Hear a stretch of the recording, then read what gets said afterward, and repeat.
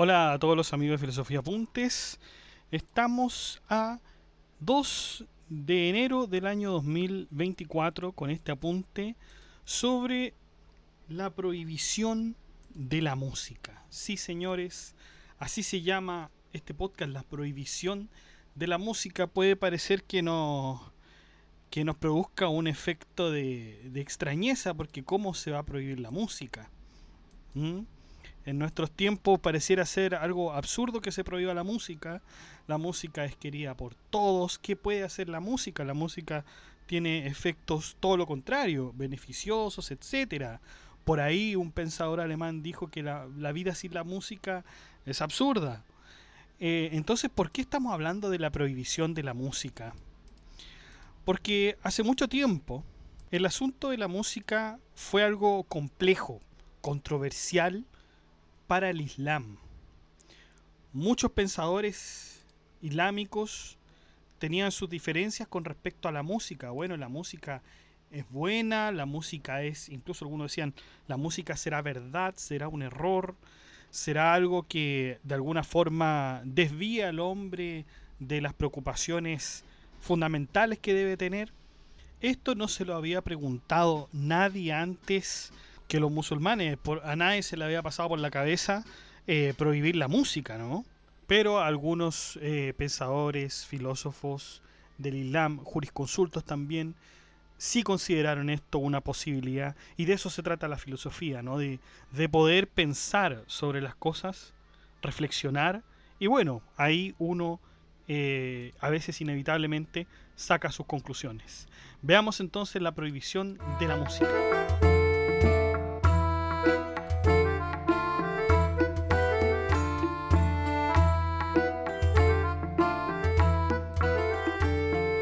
Bueno, mientras el arte de la poesía era admirado, el arte de la música era mirado con desprecio.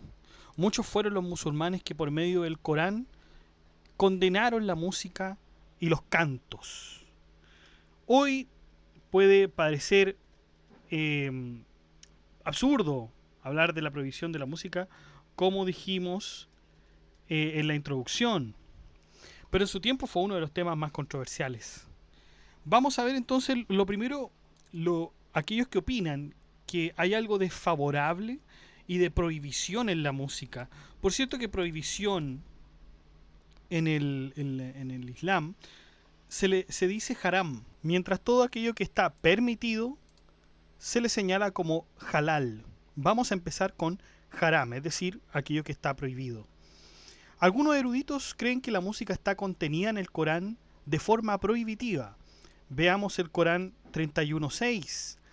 Dice, y entre la gente está el que compra charla ociosa para desviar del camino de Alá sin conocimiento, sosteniendo en burla. Para tal habrá un castigo humillante. Corán 31.6. Y bueno, a simple vista pareciera ser que el Corán en este pasaje no habla de música propiamente tal, sino que de una charla ociosa. Sin embargo, algunos musulmanes creen que esta charla ociosa es justamente la música. Esto porque el compositor de una pieza musical podría crear una letra que desvíe efectivamente al hombre del camino de Alá. Esto me recuerda incluso cuando yo era pequeño, permítanme contar esta anécdota. Yo toco la guitarra también, soy un poco, no soy músico, por cierto que no, soy totalmente un aficionado, pero estuve conversando con un gran músico chileno, guitarrista, y él me dijo que uno nunca debía permitir que la música o que uno tocara para formar un ambiente, para formar una especie de atmósfera dentro de una fiesta o de una conversación. O sea, él me decía que la música no puede incitar a que yo haga otra cosa más que escucharla, ¿no? Y claro, él decía también que la música de alguna forma tiene este mal efecto, según él, de incitar a ignorarla al mismo tiempo, ¿no? Es por eso que hay músicos, por ejemplo, en los restaurantes, mientras uno está comiendo y está escuchando una música, ¿no? Y que produce, ¿no es cierto?, esto mismo que dice el Corán, una charla ociosa. ¿Mm? Bueno, esto fue una pequeña anécdota. Ese es uno de los, ese es uno de los pasajes más importantes y de los que entre más se señala que hay una prohibición de la música. Y por otro lado, está el Corán 17:64 que dice: y engáñalos, oh Satanás, gradualmente a aquellos que puedas con tu voz.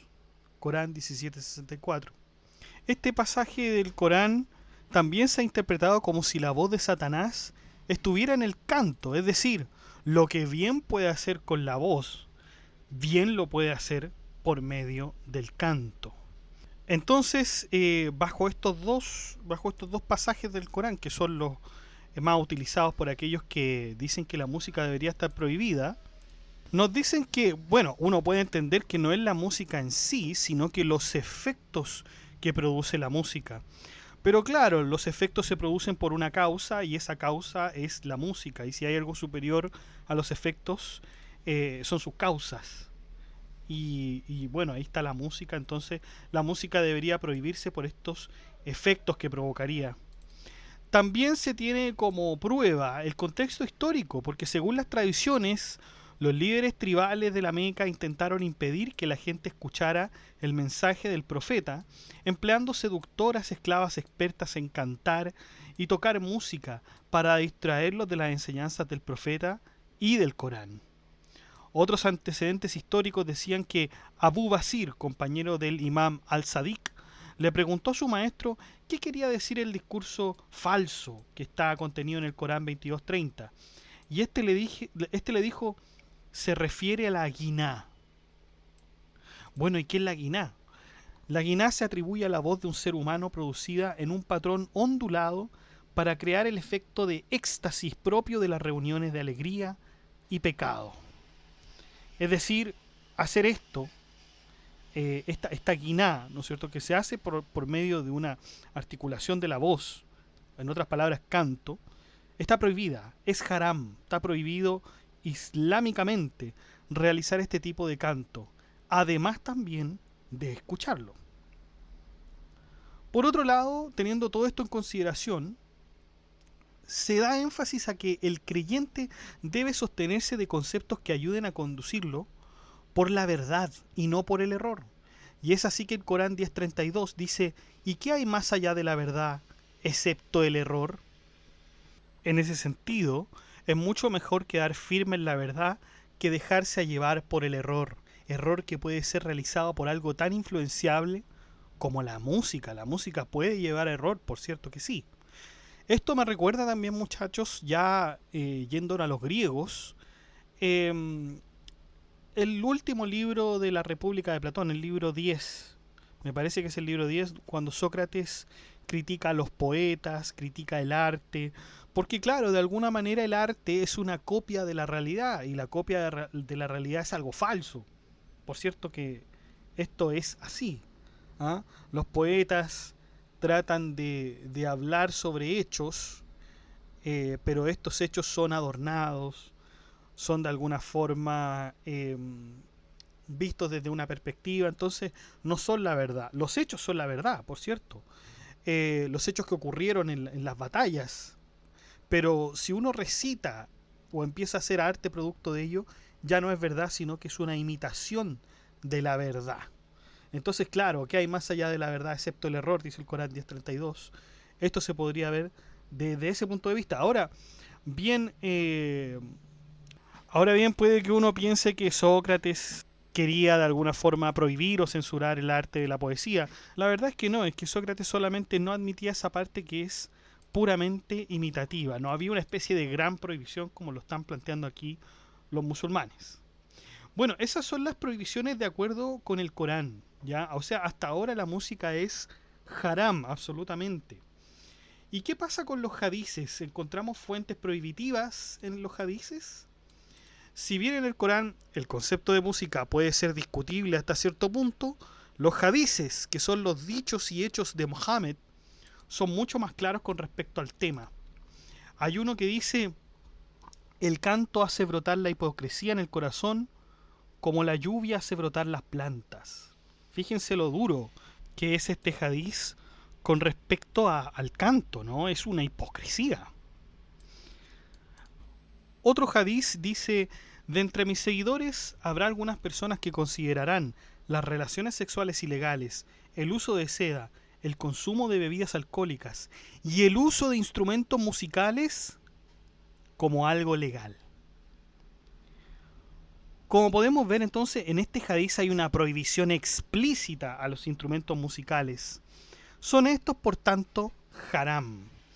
De alguna forma, desde el punto de vista sufí, la música, claro, podría eventualmente alejar al creyente del recuerdo de Alá, toda vez que dhikr, que es una palabra musulmana árabe, digamos, traducida como recuerdo, desempeña un papel fundamental en la meditación y no olvido de Alá.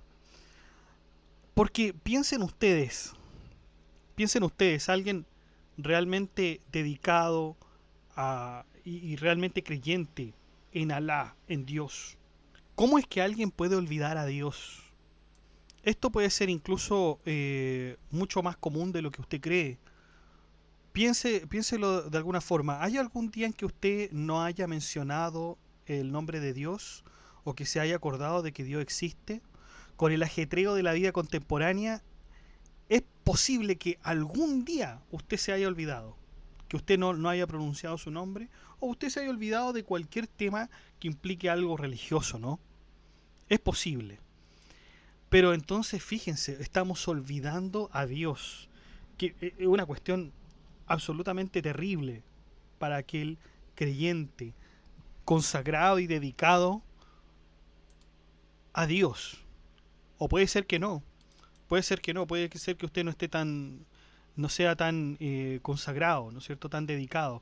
Pero si usted es creyente, ¿qué le parece a usted el olvido de Dios? Es una palabra que suena muy fuerte, ¿no? Y si quizá a usted ya el trabajo, los estudios, la familia, los amigos quizás de alguna forma le hacen olvidar a Dios, bueno, habría que replantearse las cosas. Una práctica muy similar la tenían los judíos con respecto al recuerdo de Dios por medio de ciertos pasajes. La actividad se conocía como las remembranzas, las cuales eran obligatorias y debían realizarse todos los días.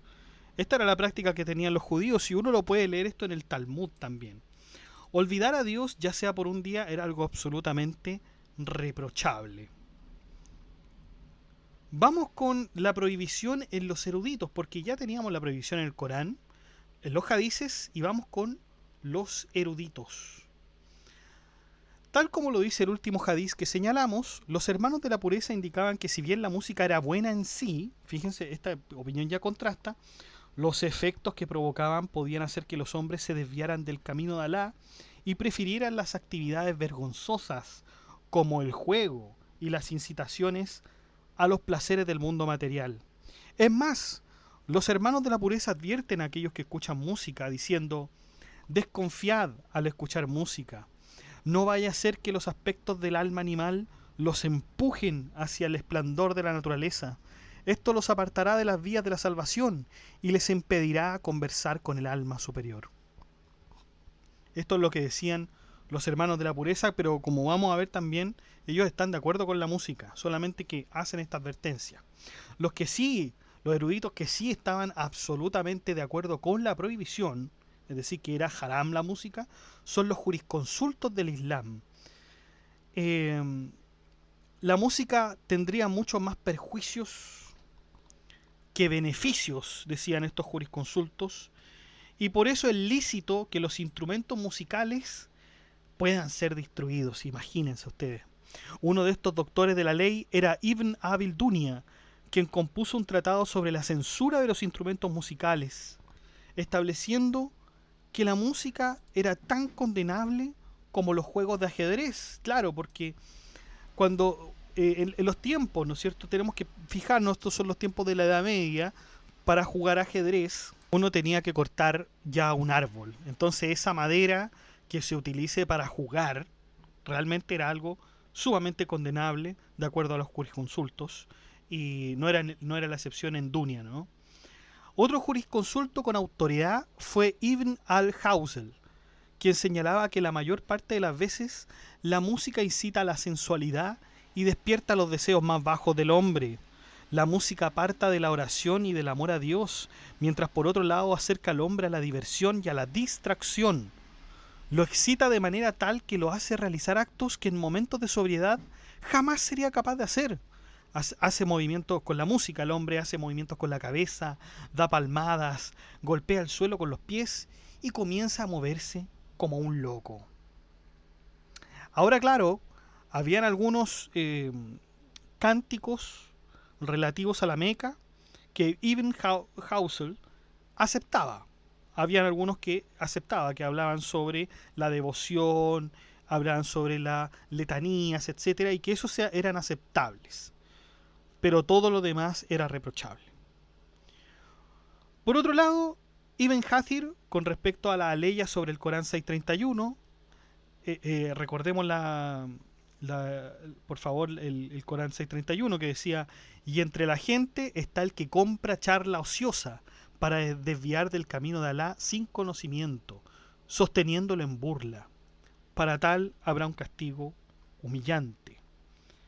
¿Qué decía este pensador, que es Ibn Hathir?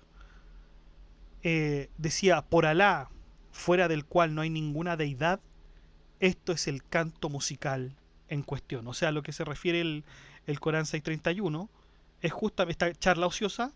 Él dice: juro por Alá que esto es el canto.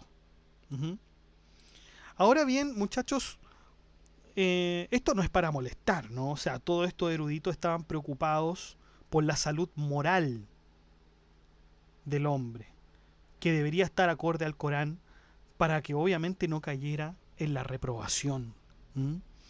Esto podemos decir entonces con respecto a lo desfavorable de la música. Vamos ahora con la parte favorable de la música. En verdad, el Corán no habla de la música como si fuera algo absolutamente favorable. No dice explícitamente: mire, la música es favorable. Habla sobre como habíamos mencionado en algunos pasajes del Corán, habla de voces, de charlas ociosas, pero tampoco uno podría decir que explícitamente hable en desfavor de la música, pero tampoco favorablemente. No habla de que la música sea buena en sí. Lo que sí tenemos es el pensamiento de los grandes filósofos islámicos. Vamos a ver, entonces, empecemos con los hermanos de la pureza. ¿Por qué estos pensaban que la música era el eco de la música de las esferas celestes? Es decir, la música que se produce aquí, en este mundo, era la réplica, la imitación de la música de las esferas celestes. La música terrenal intenta imitar aquella música de los planetas. ¿Ah? Y esto nos tiene que parecer, por supuesto, muy conocido, porque esto justamente lo sostenía también Pitágoras. Los hermanos de la pureza siguen las claves de Pitágoras, pero también de Nicómaco, de Ptolomeo, entre otros pensadores griegos que decían que la música de acá era la música de los cuerpos celestes.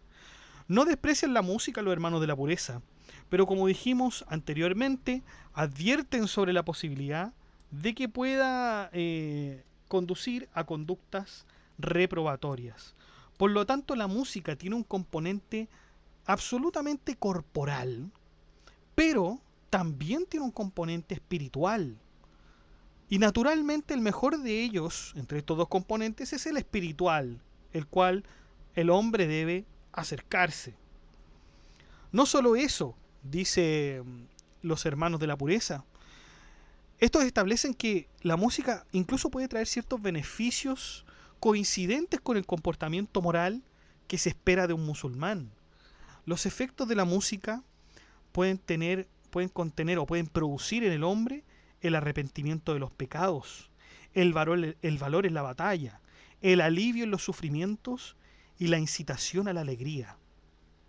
Por lo demás, estos efectos también se producen en los animales. O sea que no los efectos que acabo de mencionar anteriormente, sino que los que voy a mencionar a continuación. Por ejemplo, con la música el camello acelera más el paso. Cuando el hombre está montado en el camello, el hombre comienza a cantar y el camello acelera más el paso.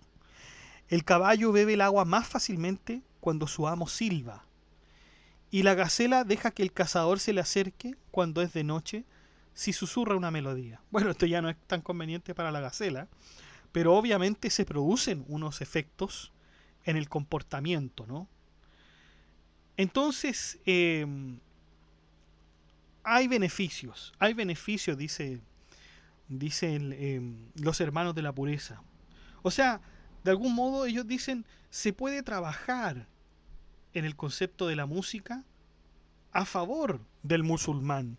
Por lo tanto, la música no es intrínsecamente mala, no debería estar prohibida porque si ésta puede generar beneficios, entonces no tiene sentido que nosotros la prohibamos por los efectos contrarios que pueda tener. Porque de ser así, la poesía también podría contenerlos, el beber, el comer comida, digamos, en exceso también podría tener la misma lógica, ¿no? Entonces los hermanos de la pureza dicen, no es necesario prohibir la música, por cierto que no. Hay otros filósofos que sostenían que la música tenía un efecto terapéutico. Habían unos que decían que refinaba el intelecto, endulzaba el humor y conmovía el alma al pensamiento. Y este es lo que decía Ibn Hurdadabi. También hace que el optimismo suceda al abatimiento. De hecho, Ibn Sina, Avicena como lo conocemos en el mundo de habla hispana, y Al-Kindi, que ya hemos visto su obra, sostenían que servía como un ejercicio justamente terapéutico. Ibn Sina también nombra la música en el canon de medicina. Acuérdense que Ibn Sina de alguna forma también era doctor, ¿no? Perdón, era médico. Y él, bueno, en su canon de medicina también menciona la música en uno de sus pasajes. En el caso de Al-Kindi, tenemos que el filósofo fue un gran teórico de la música. Añadió una cuerda más al laúd, identificó 12 tonos en la escala musical árabe, basándose en la ubicación de los dedos y las cuerdas del laúd. Descubrió que los acordes del laúd podían provocar sensaciones y emociones en quienes escuchaban una u otra melodía. Estas teorías fueron seguidas por Al-Farabi, quien también escribió un tratado sobre la música. De hecho, el mismo Farabi, que tocaba el laúd, conseguía que su público tornara sus emociones hacia uno u otro extremo, lo que coincidía con la teoría de Al-Kindi. Farabi fue tan bueno en las ciencias musicales que construía sus propios instrumentos. De hecho, una vez Al-Farabi fue llamado ante una autoridad. La autoridad le dijo, por favor, tócanos tu música con el laúd. Y él llegó, justamente estaba con el laúd, pero con todas las piezas desarmadas. Entonces arma el laúd y empieza a tocar y todos realmente quedan impactados y emocionados con la pericia de Al-Farabi con respecto a los instrumentos y a la música, ¿no? Hay un tratado musical de Al-Farabi muy bueno, sobre todo para los que son verdaderos músicos y saben de teoría musical. Yo creo que sería muy bueno que lo vieran porque es bastante complejo y yo creo que alguien que sepa de música de manera teórica podría perfectamente entenderlo. Al-Ghazali también mencionó algunas precauciones con respecto a la música, pues también vio que producía movimientos extraños que se provocaban en el éxtasis de las melodías. Sin embargo, el maestro dijo que esto no es reprochable mientras estos movimientos sean efectivamente independientes de la voluntad, porque lo reprochable es simular estos movimientos. Porque eso se consideraría una hipocresía. Y a esto es quizás a lo que se refería el hadiz, ¿no es cierto?, de que el canto hacía brotar la hipocresía. Quizá Al-Ghazali lo vio desde ese punto de vista el hadiz. El jurista Abu Bakr ibn al-Arabi dice: no hay ningún hadiz sólido disponible sobre la prohibición del canto. No hay ninguno. Esto porque los hadices anteriormente mencionados, muchachos, se consideran falsos o de poca autenticidad. estos hadices sobre la música, la verdad que no se tenía mucha consideración, ¿no? Con respecto a esto, Ibn Hazm dice: todo lo que se informa sobre este tema es falso y fabricado. Ibn Hazm estaba de acuerdo con la música, y todos los que decían, no, es que hay un hadiz que dice que la música está prohibida o el canto, Ibn Hazm dice: todo lo que se informa sobre este tema es falso y fabricado. Además, a causa de aquellos que dicen que el canto o la música no es la verdad sino que es error, Ibn Hazm le responde: el mensajero de Alá dijo: las acciones serán juzgadas de acuerdo con las intenciones, y cada uno obtendrá lo que pretendía. En consecuencia, el que escucha un canto en apoyo de un pecado es un pecador. Y esto es válido para cualquier otra cosa que no sea el canto. También, mientras el que escucha el canto con la intención de refrescar su alma para ganar fuerza para cumplir con su deber hacia Alá y hacer buenas obras, es un siervo bueno y obediente de Alá, y su acción es la verdad. Y el que escucha cantar sin pretender ni obediencia ni desobediencia, está haciendo algo neutral e inofensivo, que es parecido a ir al parque y caminar, pararse junto a una ventana y mirar el cielo, vestirse con ropa azul o verde, etc. Ibn Hazm, la verdad que le ponía paños fríos al tema de la música. Ahora bien, este grupo de pensadores, ojo con esto, no creen que no debe existir regulación alguna sobre la música, ya que, como dijeron los hermanos de la pureza, es importante distinguir aquella música que puede enajenar la mente y hacer que el hombre se olvide de Dios. ¿Mm? Esto es entonces, chicos, la prohibición de la música. La verdad es que es un tema muy interesante y no es un tema antiguo, fíjense, no es un tema antiguo, es un tema que hasta el día de hoy tiene tremendas repercusiones. Fíjense que siguiendo con la cultura islámica, bueno, está el movimiento salafí, que es un movimiento dentro del Islam sunita, que se formó en el siglo XIX y que justamente ellos creen que la música debería estar prohibida. La música debe estar prohibida, no tiene ninguna contemplación con respecto a ella. De hecho, estos dicen que la música, el canto, la literatura, la poesía, la filosofía son trabajos del demonio. Otro movimiento sunita es el wahhabismo, el que también considera que la música realmente debería estar prohibida. Y finalmente tenemos el movimiento deobandi. En conclusión, no podemos decir que este tema está abandonado o de alguna manera está zanjado. Todavía hay gente que realmente tiene sus argumentos, tiene sus razones para considerar la prohibición de la música. Si bien puede parecer extraño la prohibición de la música, como les digo, también en el mundo occidental ha sido un tema el mundo de la música. Y sin ir más lejos, aquí en Chile también se habló de algo muy muy parecido. Aquí en Chile, en el mes de febrero, se hace un festival que es el Festival de Viña del Mar. Y en este festival participan distintos artistas, el público es el que los evalúa de una manera extraordinaria, ¿no? Por medio de los aplausos o las pifias, como se dice aquí en Chile, que podría ser algo sinónimo de abucheo, ¿no? Y fíjense que el artista que va a venir, supuestamente va a venir, quizá está en conversaciones o quizá efectivamente va a venir, no lo sabemos, es Peso Pluma. Peso Pluma es un cantante mexicano que cuyo género es el reggaetón, el trap latino o los corridos también, como se les llama. ¿Mm? Y el tema es que este señor canta a los narcos.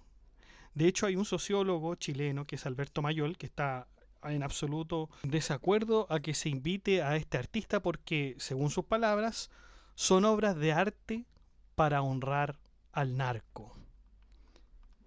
En Chile tenemos problemas con respecto al narcotráfico que no habíamos tenido antes, o que sí habíamos tenido en menor medida y que ahora realmente se agudizaron.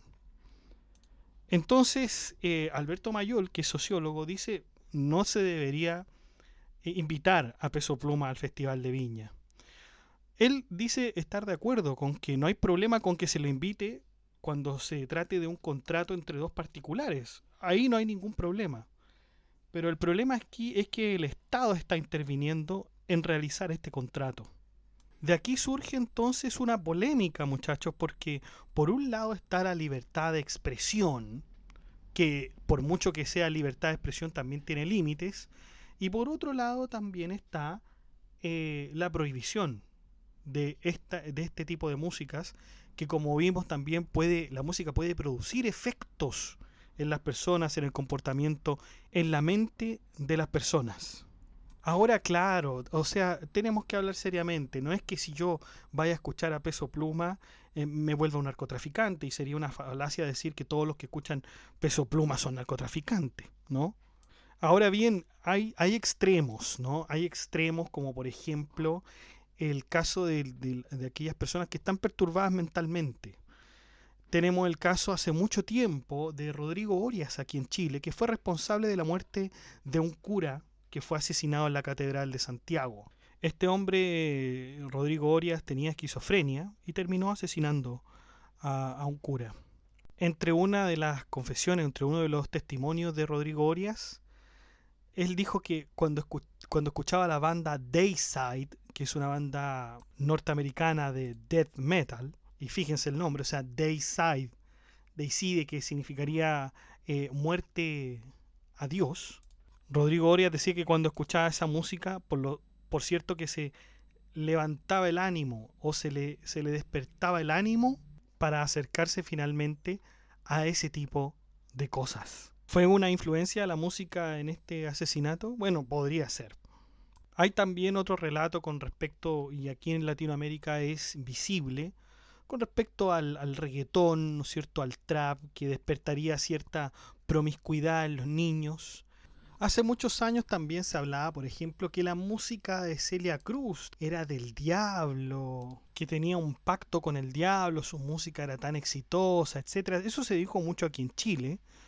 De hecho, conocí personas que, digamos, prohibían escuchar Celia Cruz en las casas. Y lo mismo ocurría, por ejemplo, también con Silvio Rodríguez, que decía, canta de una manera fenomenal, toca el instrumento de una manera fenomenal, es una sola persona, con una sola guitarra. Esto es increíble, y bueno, esto debe ser porque Silvio Rodríguez hizo un pacto con el diablo, y bueno, tantas otras cosas, muchachos. Un montón de debates con respecto a prohibir la música o no a prohibirla, sino que también a dar una cierta parcialidad, etcétera. Hay un montón de cosas que en realidad sirven como fuente de reflexión, sirven como para hacernos conversar, sirven para hacernos reflexionar. Y esa es la idea finalmente filosófica que se esconde detrás de esto, que pensemos, que lleguemos también a una solución, digamos, acorde y que nos deje de alguna manera a todos tranquilos. Esto fue entonces, chicos, la prohibición de la música.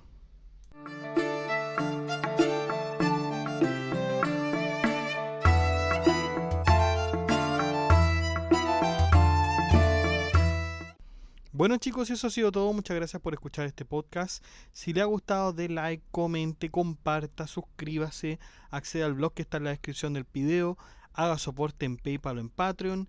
Saludamos a nuestros mecenas romanos, que son Abstract Panicker y Ricardo, que colaboran con este proyecto de Filosofía Apuntes mensualmente. Un abrazo, chicos, un gusto que estén acá. Y también saludamos a nuestro mecenas medieval, que es Gab Welther, que también colabora con una membresía un poco más alta que los mecenas romanos y que ya se ha mantenido en el tiempo apoyando este proyecto educativo. Muchas gracias, Gab Welther. Un abrazo. Y usted también puede ser colaborador en Filosofía Apuntes inscribiéndose en las membresías que aparecen en el botón unirse de cada video. Usted presiona el botón unirse, van a aparecer 4 membresías con distintos precios y usted puede elegir el que mejor le convenga. Si no le acomoda ninguno de esos precios, de todas maneras usted puede colaborar con Filosofía Apuntes haciendo clic en el botón Gracias y poner la suma que a usted más le acomode. Que estén muy bien, cuídense, chao.